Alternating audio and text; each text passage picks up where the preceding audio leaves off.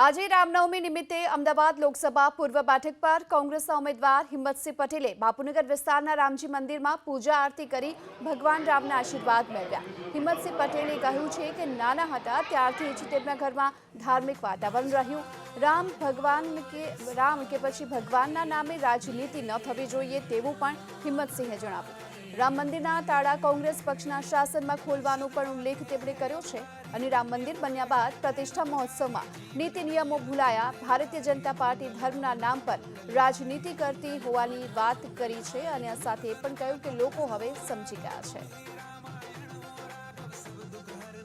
ભગવાન રામના ચરણોમાં નમન કરીને આજે હું અમદાવાદ કોંગ્રેસના લોકસભાના ઉમેદવાર તરીકે મારા ચૂંટણી પ્રચારના શ્રી ગણેશ કરું છું અને હું ભગવાનને એ જ પ્રાર્થના કરું કે એમના આશીર્વાદ મળે અને જે રામરાજ હતો, જેમાં પ્રજાનું ખુશહાલ જીવન હતું, લોકોનું જીવન હતું, લોકો માટે ભગવાન રામ જેવા આદર્શ પુરુષ તરીકે કહેવાયા, હવે એ જ રીતે સમગ્ર રાજ્યમાં સારી રીતે લોકોની અત્યારે જે મુશ્કેલીઓ છે, રોજો આજે લોકો યુવાનો રોજગાર વગર હેરાન છે, ગૃહિણીઓ મોંઘવારીના કારણે પરેશાન છે, ખેડૂતોને પોતાના પાકની ઉપજના પૈસા નથી મળતા, અનેક મુશ્કેલીઓનો સામનો આ દેશ અને આ દેશના નગરજનો કરી રહ્યા છે।